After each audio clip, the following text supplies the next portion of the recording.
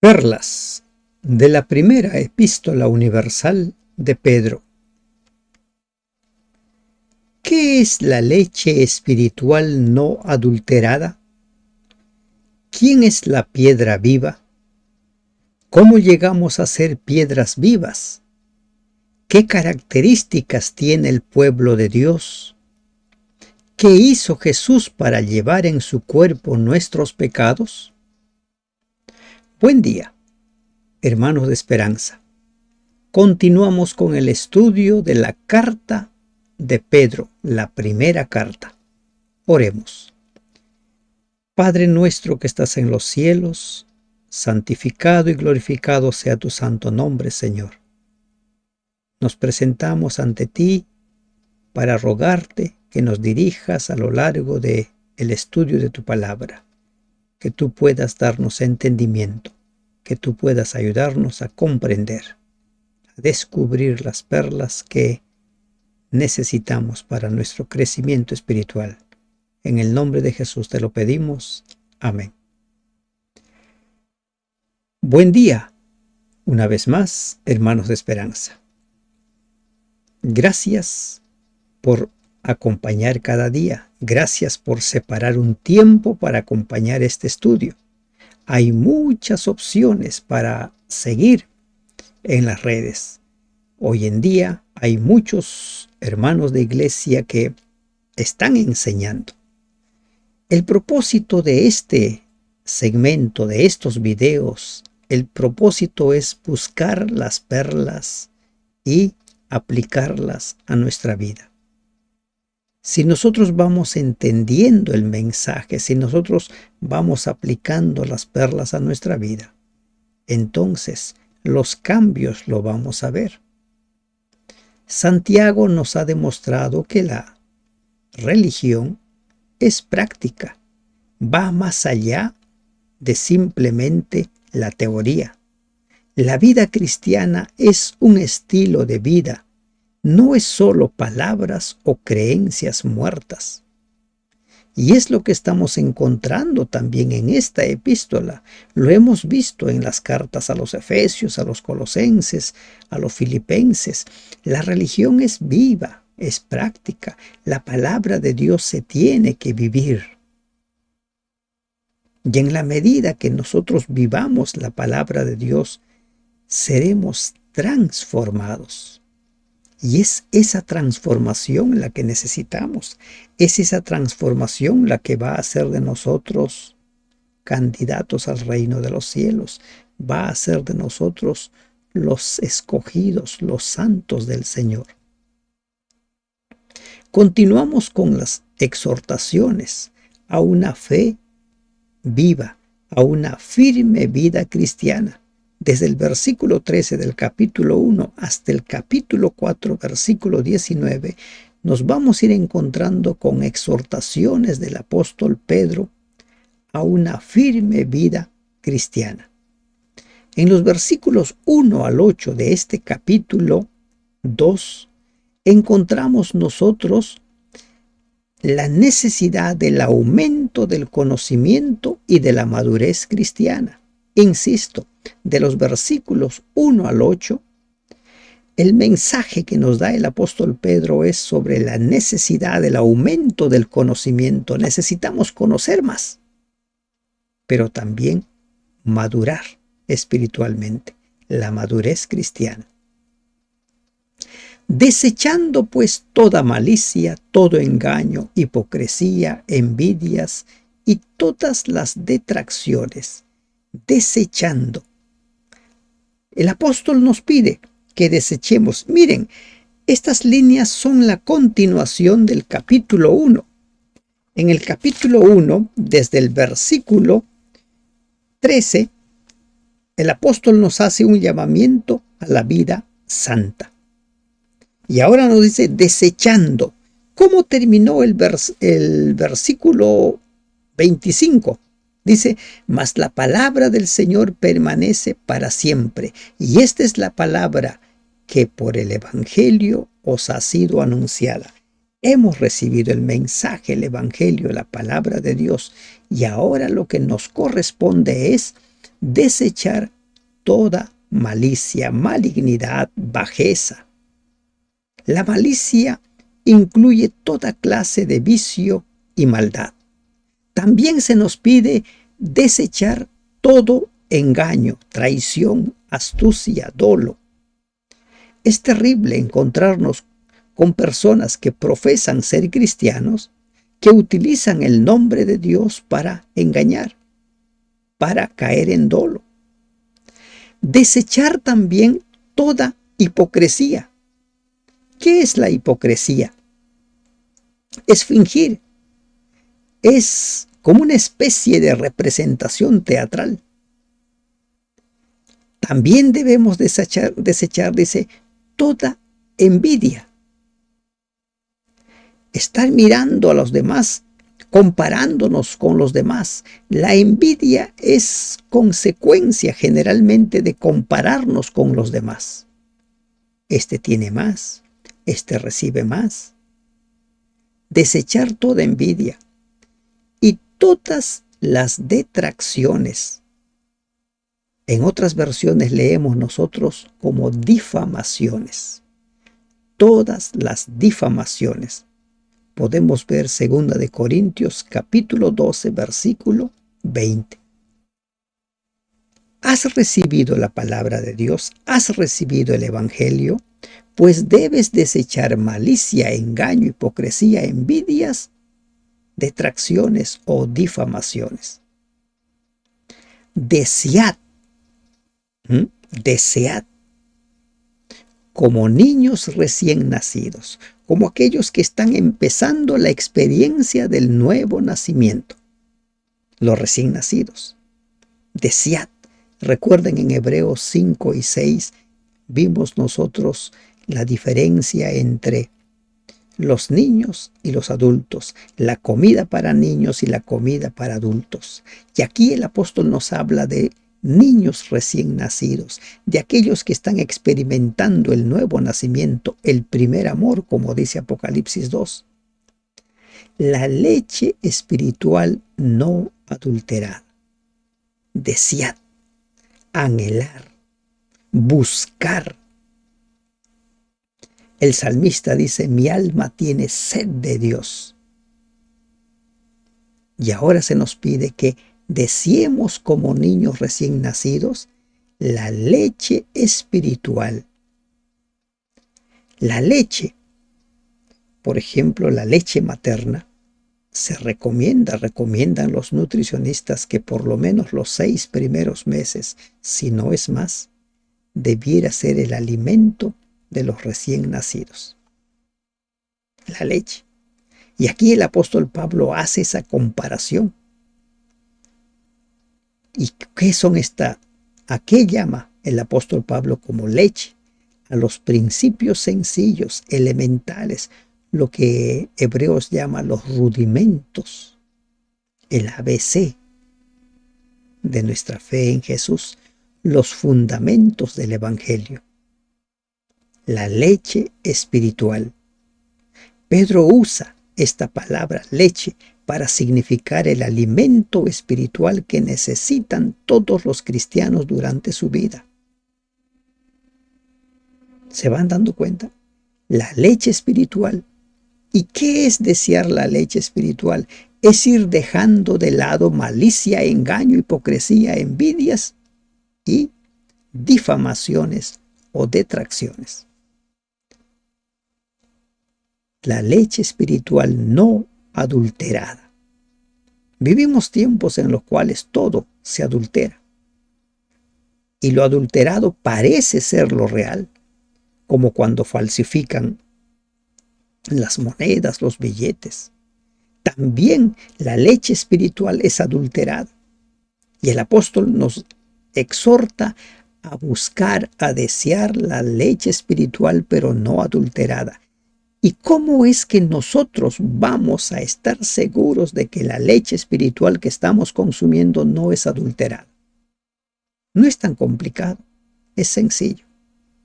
Sigamos lo que dice Isaías 8:20 o 1 de Corintios 4:6.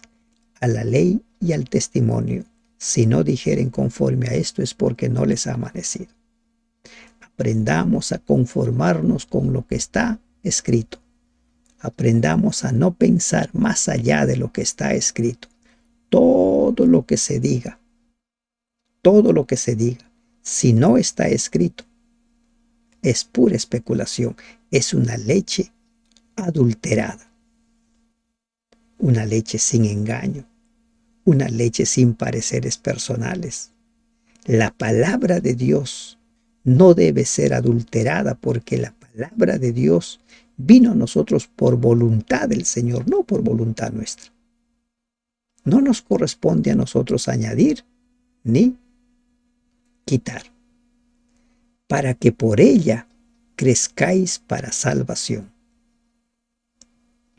En su segunda carta a Timoteo, Pablo le dice a su discípulo que desde niño has sabido las Escrituras, las cuales te pueden hacer sabio para la salvación. ¿Y qué está diciendo ahora el apóstol Pedro? Él nos está dando el mismo mensaje, para que por la palabra de Dios, para que por el Evangelio crezcamos nosotros para salvación. Y esto de crecer es algo que tiene que darse sí o sí. Así como en la vida el crecimiento forma parte natural del desarrollo, en la vida espiritual también el crecimiento tiene que formar parte natural. Lamentablemente hay cristianos que viven por años como si recién hubieran nacido. Y allí entra el mensaje de Hebreos 5 y 6. Para el principio es necesario la leche espiritual no adulterada, pero después hay que empezar a alimentarnos con alimento sólido. Versículo 3. Si es que habéis gustado la benignidad del Señor. Lo benigno, lo magnánimo, derivado de un verbo que significa proporcionar lo que se necesita. De ahí viene esta palabra benignidad, proporcionar lo que se necesita. El apóstol cita aquí Salmo 34:8, donde se describe la bondad desinteresada, la simpatía y la cálida ternura del Señor con los seres humanos.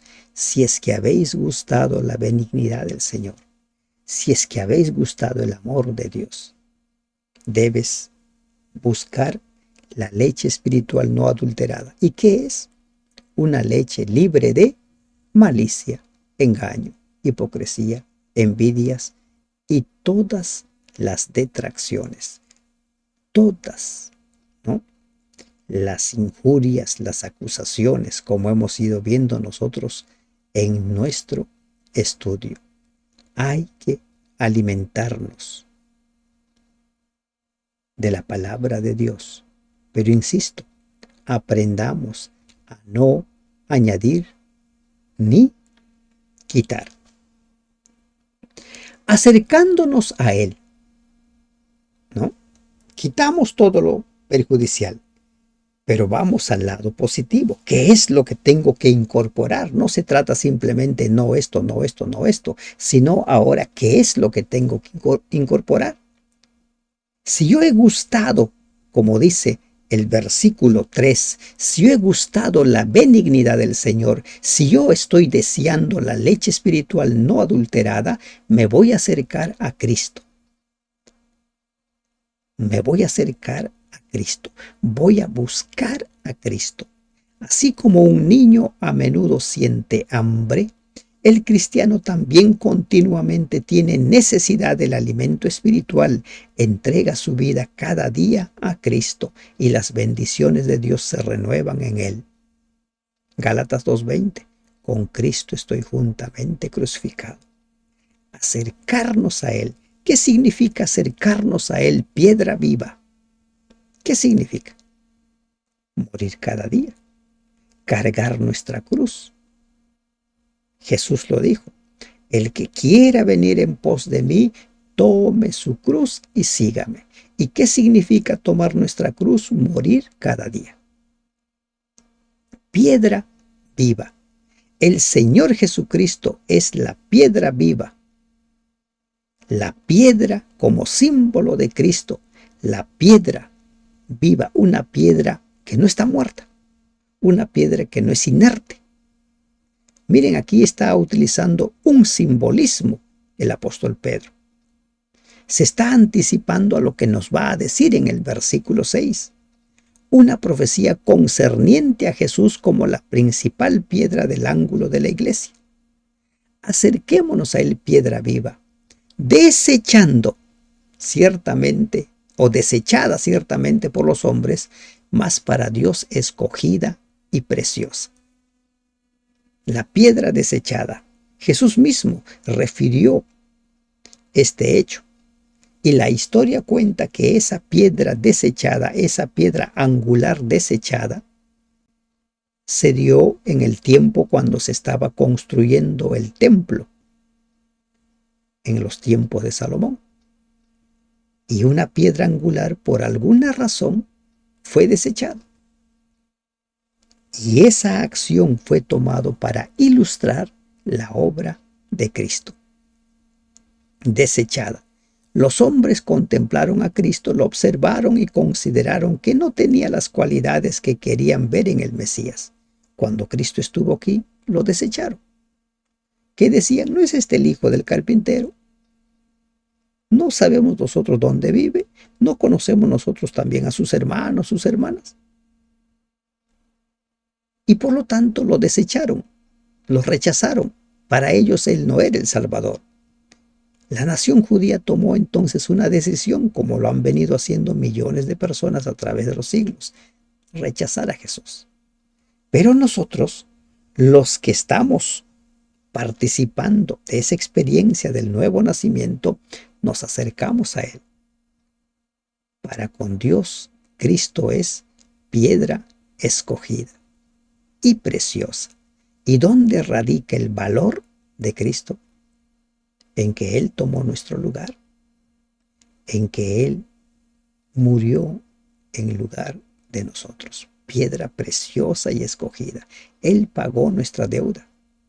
Aunque la gente casi en general rechazó a Cristo, Dios lo reconoció como el que había cumplido todos los requisitos para ser el inmaculado sustituto del hombre. ¿Qué hemos leído en Hebreos? Aprendió obediencia. Tomó nuestro lugar. Murió por nosotros. Y ahora se nos invita, así como Cristo es la piedra viva, vosotros también como piedras vivas, sed edificados como casa espiritual y sacerdocio santo. Si nos acercamos a Cristo, que es la piedra viva, seremos también piedras vivas. Lo mismo que Jesús dijo en relación a la luz. Jesús dice, yo soy la luz del mundo. Y también nos dice, ustedes son la luz del mundo. Si nos acercamos a Jesús, si vivimos para Jesús, si dependemos de Jesús, vamos a hacer lo que Él es. Vamos a convertirnos en reflejos de la gloria divina, en reflejos del amor de Dios. Piedra viva, somos piedras vivas. Como piedras vivas, sed edificados como casa espiritual. ¿Qué significa el ser edificados como casa espiritual? Este es la misma ilustración que utiliza Pablo, que nosotros vamos siendo edificados. Como el gran arquitecto, Cristo es quien nos va edificando. Cristo es el que va añadiendo en nosotros. ¿Y en base a qué? En base a sus verdades. Vamos siendo edificados. Nuestro carácter va siendo edificado. Nuestro carácter va siendo pulido. En pocas palabras, somos transformados a imagen y semejanza de Él. Él es piedra viva, nosotros somos piedras vivas. Edificados como casa espiritual y sacerdocio santo. Literalmente, para el sacerdocio santo, es decir, para ser sacerdotes del Señor. Pedro se refiere al hecho de que todos los cristianos disfrutan de la libertad de llegar hasta Dios gracias a la obra mediadora de Cristo y por lo tanto no necesitamos de un mediador humano. Hebreos 4:16. Sacerdocio santo. Y además, para ofrecer sacrificios espirituales aceptables a Dios por medio de Jesucristo. ¿Y cuáles son esos sacrificios espirituales? En Romanos capítulo 12, versículo 1 dice que nosotros debiéramos presentarnos como ofrenda a Dios, presentando nuestro cuerpo. Y dice el mismo versículo 1, ese sacrificio, esa ofrenda viva, es nuestro culto racional, un servicio prestado, un servicio pensado, un servicio racional. Como vimos en Hebreos 11, la fe no es ciega. La fe es producto de muchas evidencias de la existencia de Dios, del amor de Dios, de la fiabilidad de Dios. Entonces nosotros, reflejando a la piedra viva, nos convertimos en piedras vivas, somos edificados, transformados, sacerdocio santo. ¿Para qué era el sacerdocio? Para ministrar la palabra. Por eso, en Éxodo 19, Dios llama a Israel un reino de sacerdotes. Y ahora Pedro repite ese mismo mensaje para con nosotros. ¿Y por qué sacerdotes? Porque hay que ministrar en favor del pueblo, porque hay que ministrar la palabra, el evangelio a aquellos que no conocen. Israel fue llamado para ser luz de las naciones. Isaías capítulo 49. Para ofrecer sacrificios espirituales aceptables a Dios por medio de Jesucristo. Todo lo que nosotros ofrezcamos a Dios siempre va a ser por medio de Jesucristo. Jesucristo es el instrumento personal mediante el cual nos acercamos a Dios y mediante el cual somos aceptables y mediante el cual nuestras ofrendas son aceptables. El cristiano en ningún momento necesita un sacerdote humano para presentar sus sacrificios a Dios. Tenemos nuestro sumo sacerdote que está ministrando en el santuario no hecho de mano de hombre, dice la palabra de Dios. Por lo cual también contiene la Escritura. He aquí, pongo en Sión la principal piedra del ángulo, escogida, preciosa, y el que creyere en él no será avergonzado. Una cita de Isaías 28:16, tomado también del Salmo 48:2. Piedra escogida, como les mencionamos. Esa piedra escogida, esa piedra angular, había sido desechado. Y de allí viene la ilustración. Lo que había sido desechado ha sido tomado y se ha convertido en el fundamento de nuestra fe. Sin Cristo no hay salvación. Por eso nosotros encontramos en Romanos, en Gálatas y en Apocalipsis, sobre todo Apocalipsis 14:12, que es muy repetido, la fe de Jesús. Nosotros fundamos nuestra creencia en la fe de Jesús. Y el que creyere, dice, no será avergonzado. No vamos a sufrir nosotros desaire. Recuerden que Dios es el mismo ayer, hoy y siempre. No te vas a chasquear con Jesús. No lo vas a hacer. Para vosotros, pues, los que creéis, Él es precioso. Pero para los que no creen, la piedra que los edificadores desecharon ha venido a ser cabeza del ángulo.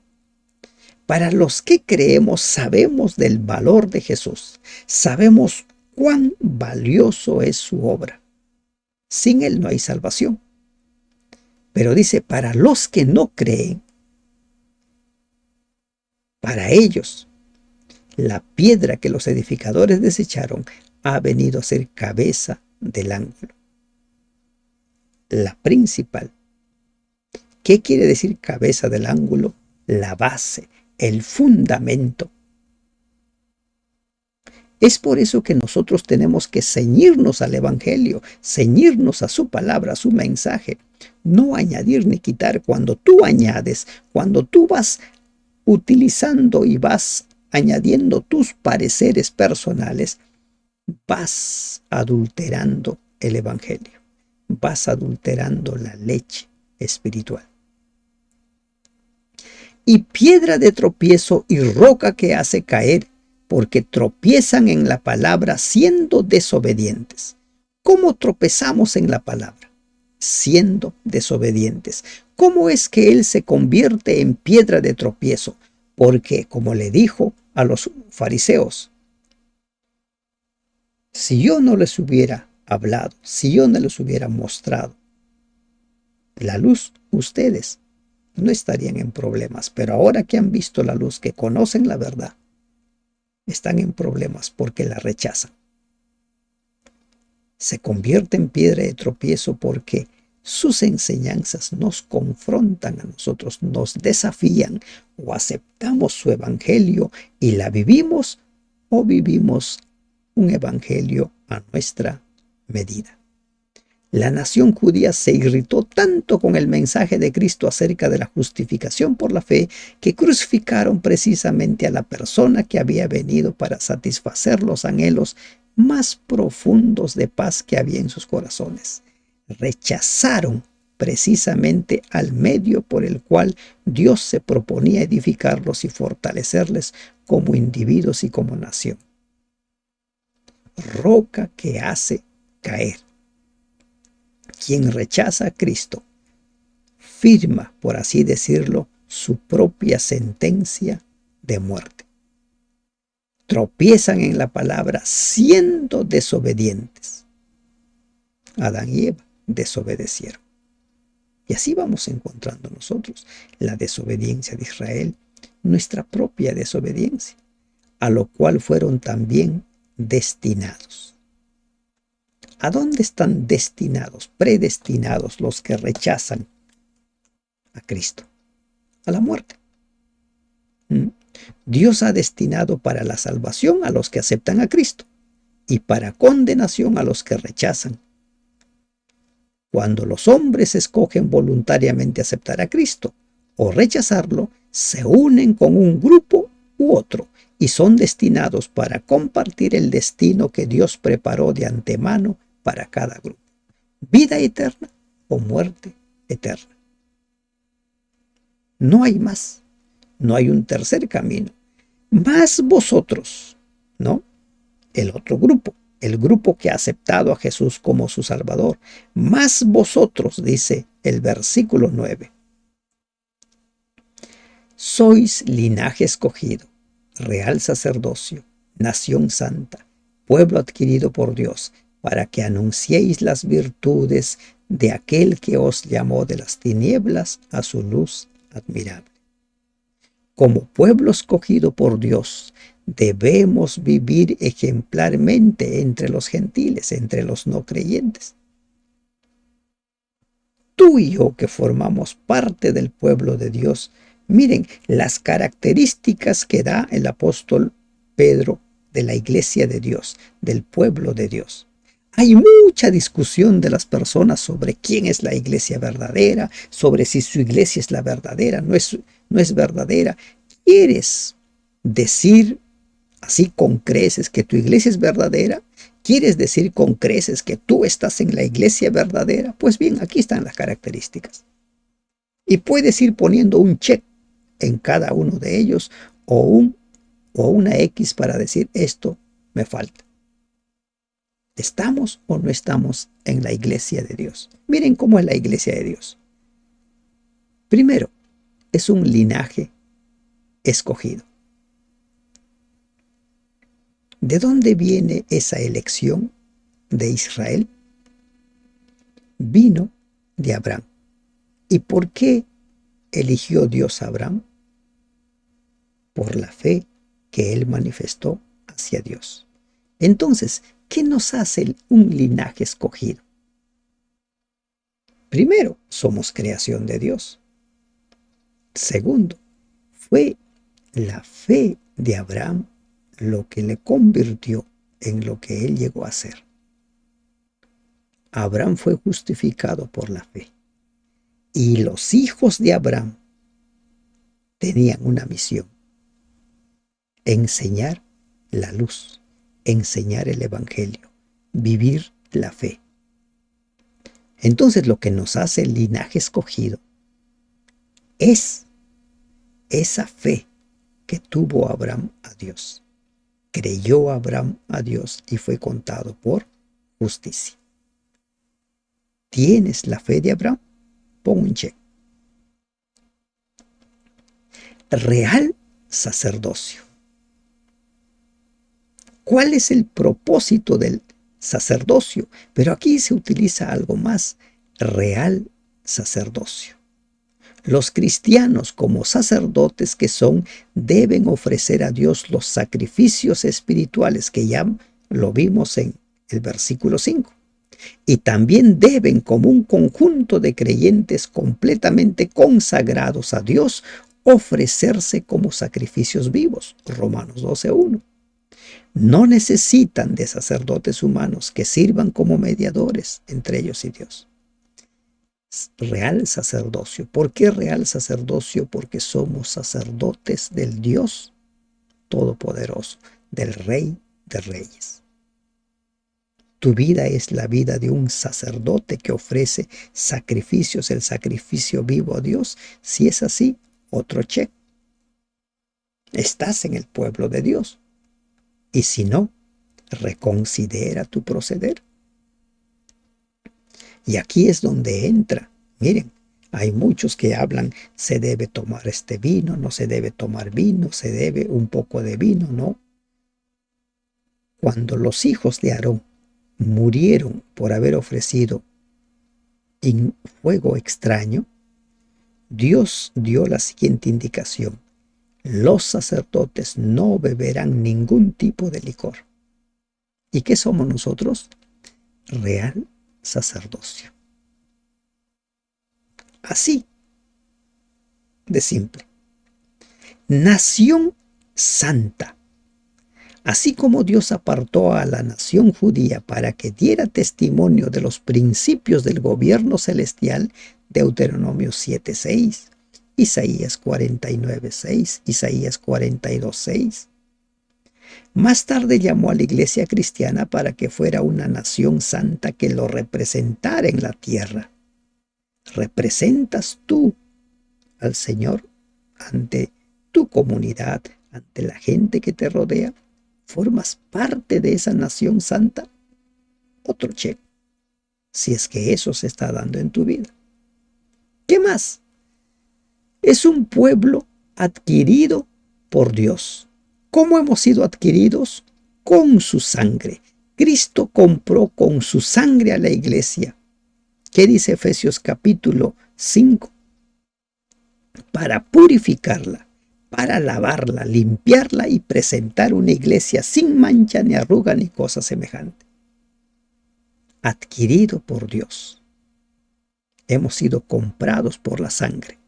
Aquí todos podemos poner un check porque todos hemos sido comprados por sangre, salvo que no aceptemos la sangre de Cristo. Y aquí hay un desafío. Miren, Dios siempre llama con un propósito.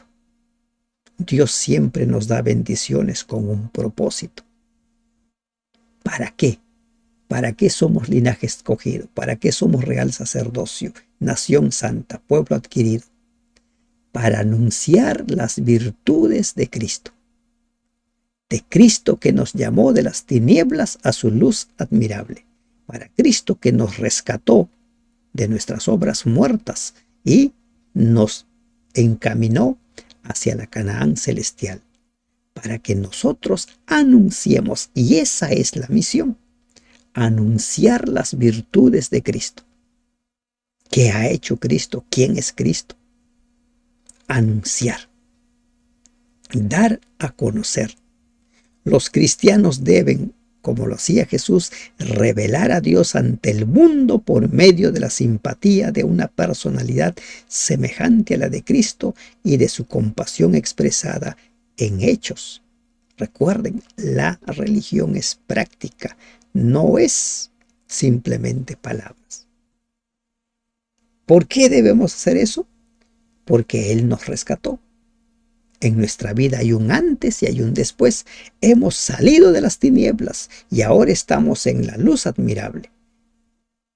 Estás en la luz admirable, dejaste las tinieblas, dejaste la mediocridad espiritual, dejaste de justificar tus pecados, dejaste de decir que somos débiles, que todos pecan, bueno, no hay justo ni a uno, dejaste.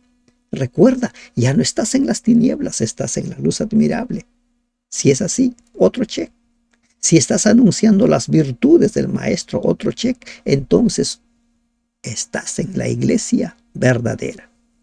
Si no es así, deja de creer, deja de decir que estás en la iglesia verdadera, si no lo estás haciendo.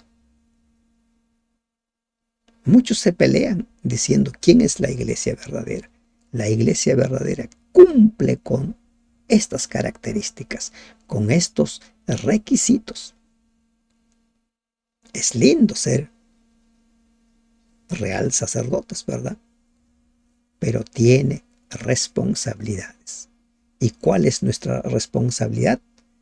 Anunciar las virtudes de Cristo. Lo mismo que Jesús dijo. Toda potestad me es dada en los cielos y en la tierra. ¿Y a dónde nos envió? A discipular, a anunciar sus virtudes. Vosotros que en otro tiempo no erais pueblo, pero que ahora sois pueblo de Dios, que en otro tiempo no habíais alcanzado la misericordia, pero que ahora habéis alcanzado la misericordia. Una vez más, nos encontramos con el antes y el después. Antes de aceptar a Cristo como nuestro Salvador, no éramos su pueblo. Hay gente que dice, todos somos hijos de Dios. Por creación todos somos hijos de Dios, pero por redención no todos somos hijos de Dios. En otro tiempo no éramos pueblo, pero ahora somos su pueblo. En otro tiempo no habíamos alcanzado misericordia, ahora hemos alcanzado su misericordia. El antes y el después. ¿Te vas dando cuenta? Hemos sido llamados para vivir para Él. Somos su pueblo. Y ese pueblo tiene leyes, ese pueblo tiene un propósito, una misión. Ese es el pueblo de Dios. ¿Y dónde está revelado sus leyes, el propósito, la misión? En la Biblia. En la Biblia. Insisto, todo lo que se diga, si no está escrito en la Biblia, no sirve. El antes y el después. Antes no éramos su pueblo. Antes muertos en nuestros delitos y pecados. Ahora somos pueblo. Ahora hemos alcanzado misericordia. Ahora estamos en la luz admirable, no en las tinieblas. Amados, dice el apóstol, yo os ruego como a extranjeros y peregrinos, que os abstengáis de los deseos carnales que batallan contra el alma. ¿A qué se refiere cuando dice como extranjeros y peregrinos? Lo que hemos visto en Hebreos 11. Los hombres y las mujeres de fe se mantuvieron firmes, sirvieron al Señor aquí en la tierra, pero sabían que esta no era su patria. Ellos esperaban la celestial, la ciudad cuyo arquitecto es Dios mismo, el arquitecto divino. Somos extranjeros y peregrinos. En su oración de Juan 17, Jesús dice, no te pido que los quites del mundo, están en el mundo, guárdalos del mundo. Somos extranjeros y peregrinos aquí. Aquí estamos de paso. Algunos nos aferramos tanto a esta vida. Queremos conseguir todo. ¿no? Convertirnos en los profesionales más brillantes a costa de sacrificar nuestra vida espiritual, nuestra relación con Dios. Es necesario y bueno convertirnos en brillantes profesionales, en brillantes personas, en ser prósperos, en tener comodidades. Es bueno, pero si lo hacemos a costa de sacrificar nuestra relación con Dios, entonces hay un problema. No nos consideramos peregrinos y extranjeros.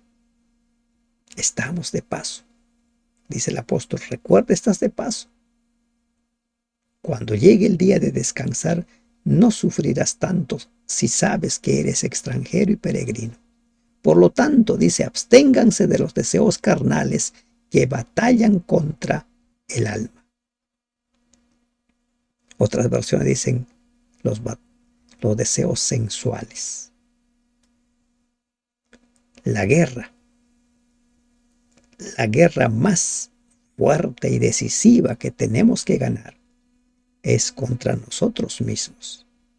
Engañoso es el corazón, dice el profeta Jeremías. ¿Quién lo conocerá? Los residuos de las inclinaciones pecaminosas mantienen un continuo combate dentro de la mente del cristiano, hasta que la gracia de Cristo lo va inmunizando contra los deseos carnales que batallan contra nuestra alma. Pero tenemos que permitir que Cristo tome el control de nuestra vida. Lo que dice Filipenses, tenemos que permitir que Cristo, el Espíritu Santo, que Dios morando en nuestra vida, sea el que crea, el querer como Él hacer. Manteniendo buena vuestra manera de vivir entre los gentiles. Testimonio vivo. Recuerda, somos piedras vivas. Recuerda, somos un reino de reales sacerdotes. Manteniendo buena vuestra manera de vivir entre los gentiles, para que en lo que murmuran de vosotros como malhechores, porque a los cristianos se les había puesto en entredicho, de los cristianos se hablaba cosas terribles.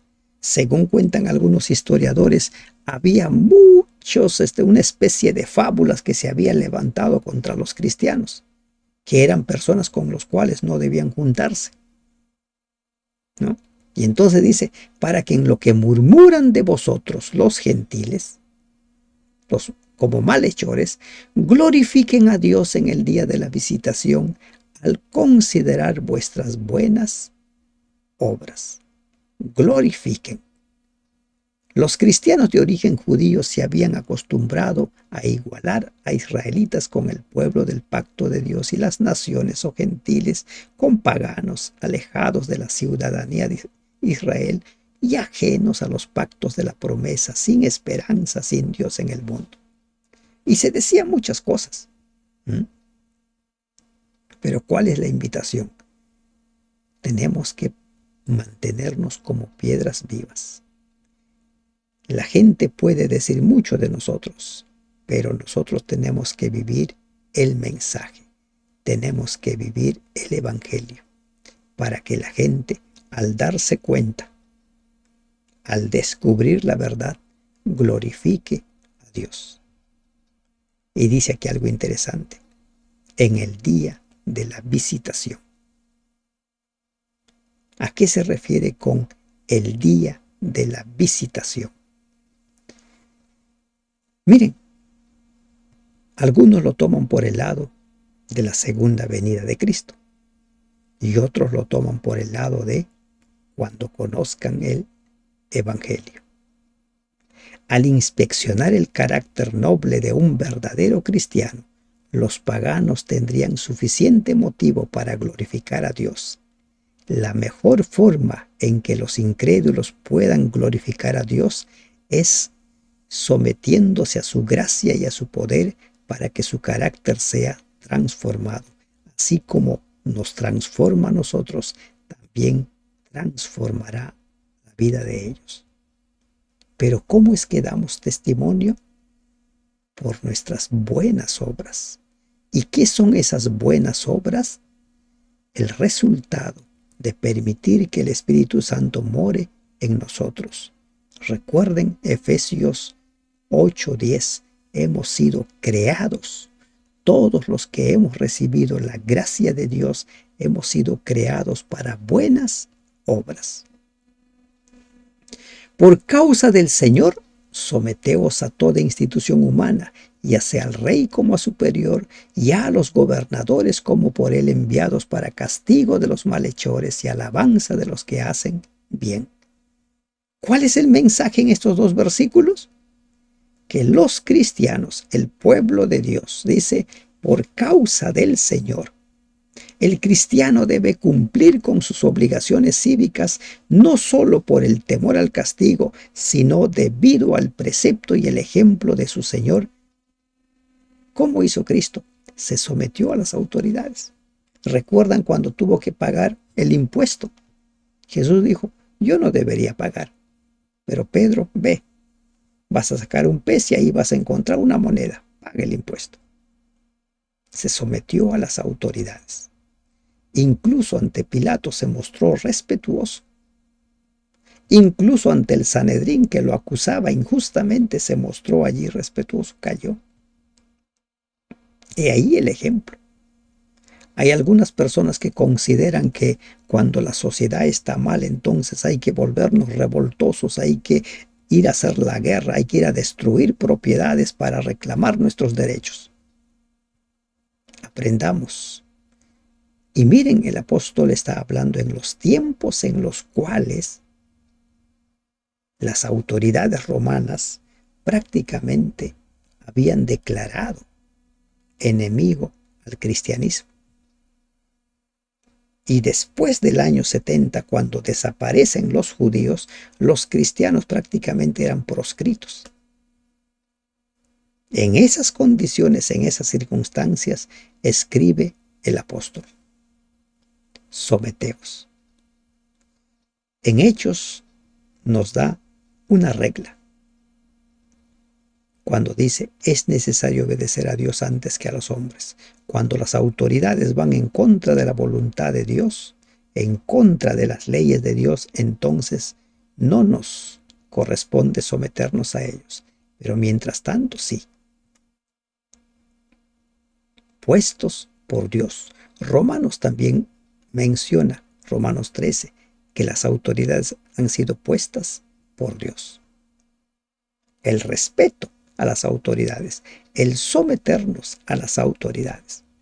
Porque esta es la voluntad de Dios, que haciendo bien, hagáis callar la ignorancia de los hombres insensatos por las buenas obras. ¿Y qué son esas buenas obras? El resultado de vivir para Dios. Que esas acciones buenas, producto del Espíritu Santo morando en nosotros, hará callar a los detractores, aunque siempre habrá otros que, y aún así se callen. Recuerden lo que dijo Jesús: si a mí, al Maestro, han hecho esto, con ustedes van a hacer cosas peores. Pero en cuanto dependa de nosotros, debemos ser consecuentes con nuestros principios, como libres, pero no como los que tienen la libertad como pretexto para hacer lo malo, sino como siervos de Dios. La libertad se utiliza para edificar, para construir. La libertad se utiliza para acercarnos al bien, a Dios. Hay muchos que reclaman la libertad para caer en el libertinaje. Una cosa es la libertad, otra cosa es el libertinaje. El libertinaje va destruyendo a las personas como pretexto para hacer lo malo. La libertad tiene que servirnos para ser servidores de Dios. Recordar siempre que somos siervos del Señor. Honrad a todos, amad a los hermanos, temed a Dios, honrad al Rey.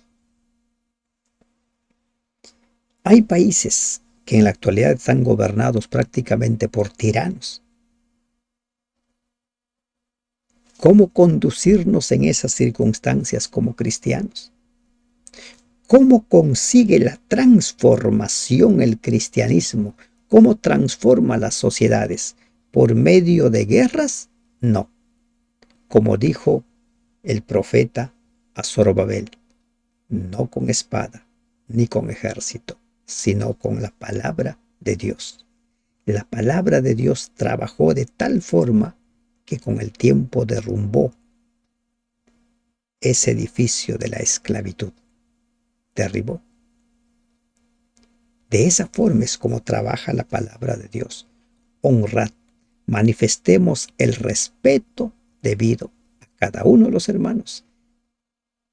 Honrar a Dios, adorar a Dios y también honrar a las autoridades. En ese entonces, al rey.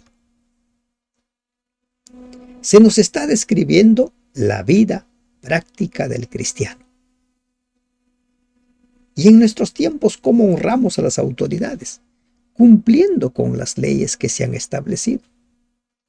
Por ejemplo, pagando nuestros impuestos. ¿Puede haber un cristiano que se ponga a eludir los impuestos? Claro que no. Criados, estad sujetos con todo respeto a vuestros amos, no solamente a los buenos y afables, sino también a los difíciles de soportar. Y aquí una vez más nos encontramos con un mensaje, una gran perla. Nosotros tenemos que ser cristianos a pesar de lo que los demás puedan ser. Los demás pueden ser malvados, tiranos, lo que sea. Pero no es excusa para que nosotros descendamos al nivel de ellos. Nosotros tenemos que seguir siendo cristianos en cualquiera sean las circunstancias. Por eso se le dice a los siervos, a los esclavos cristianos, manténganse con todo respeto a sus amos. Y no solo a los amos cristianos o a los buenos, sino también a los malos. Difíciles de soportar. Y hay gente que es difícil de soportar. Qué gran perla, ¿verdad? Qué tal perla que nos va mostrando el apóstol. Tú tienes que seguir siendo cristiano. Una piedra viva, aun cuando todos hagan lo contrario. ¿De acuerdo? Aun cuando todos hagan lo contrario. Aun cuando todos se desplomen. Como cristianos debemos ser humildes en los sufrimientos. Porque esto merece aprobación. Si alguno a causa de la conciencia delante de Dios sufre molestias, padeciendo injustamente. Si sufres por ser fiel, vale la pena. Pero si tú sufres por ser infiel, por ser un malhechor, por ser una persona que ha faltado a las leyes, no hay ninguna gloria en ello. Pues, ¿qué gloria es si pecando sois abofeteados y lo soportáis? Mas si haciendo lo bueno sufrís y lo soportáis, esto ciertamente es aprobado delante de Dios. Debemos ser humildes aún en los sufrimientos. Ni los sufrimientos deben lograr que nosotros dejemos de creer en lo que creemos. Ni los sufrimientos deben hacer que nosotros dejemos de ser piedras vivas, que nosotros dejemos de ser una nación santa, un linaje escogido. Ni los sufrimientos deben hacer que nosotros dejemos de anunciar las virtudes de Cristo. Pero si sufrimos por ser pecadores, lo tenemos bien merecido, ¿verdad? No hay ninguna gloria allí. Pues para esto fuisteis llamados, porque también Cristo padeció por nosotros, dejándonos ejemplo para que sigáis sus pisadas. ¿Alguno de ustedes se está quejando por lo mal que les va, por lo injusto que es la vida? ¿Alguno se está comparando con los demás? ¿Alguno se siente mal, se siente desanimado? Cristo es nuestro mayor ejemplo. Recuerden que estamos en medio de un gran conflicto. Y en medio de ese conflicto cósmico hay muchos heridos, muchos lastimados. Para eso hemos sido llamados. ¿Para qué? ¿Para sufrir? No, hemos sido llamados para permanecer fieles a pesar de las circunstancias, a pesar de lo que pueda suceder, a pesar de lo que se produzca en nuestro derredor. ¿Y quién es nuestro ejemplo? Cristo. Ninguno de nosotros va a pasar lo que pasó Cristo. Él sufrió todo lo que sufrió por nosotros sin merecerlo. Fue inocente. Él no merecía la muerte. Él no merecía el trato. Pero nos dejó un ejemplo para que sigamos sus pisadas. Cuando Jesús lavó los pies de sus discípulos, les dijo: ejemplo os he dado, para que como yo he hecho, ustedes hagan. Y ahora Pedro dice: Él nos ha dejado un gran ejemplo, el cual no hizo pecado, ni se halló engaño en su boca. Él no merecía morir crucificado. Él no merecía morir como un malhechor. No hizo pecado. Lo mismo nos dice Hebreos 4:16. Tenemos un sumo sacerdote que es capaz de compadecerse de todo lo que nos sucede a nosotros, aquel que vivió como nosotros, pero sin pecado. No tuvo pecado. Quien cuando le maldecían no respondía con maldición, cuando padecía no amenazaba, sino encomendaba la causa al que juzga justamente. A Cristo no lo cambió la circunstancia. Se mantuvo firme a su creencia, firme a lo que él creía, a pesar de lo que sucedía en el entorno. Lo que les iba diciendo hace un momento. El cristiano tiene que mantenerse firme. No debemos cambiar porque los otros cambian. Hay una frase que se repite mucho cuando hay infidelidad en una pareja. Me fue infiel, yo le voy a ser infiel, le voy a pagar con la misma moneda. Qué triste, ¿verdad? No pierdas tu corona porque los demás pecan. No te vuelvas infiel porque los demás son infieles, como dice 2 Timoteo 2:13. Si nosotros somos infieles, Él permanece fiel. Le maldecían, Él no maldecía. ¿Qué hacemos nosotros? Si nos gritan, gritamos. Si nos insultan, insultamos. Si nos agreden, agredimos. ¿Se dan cuenta?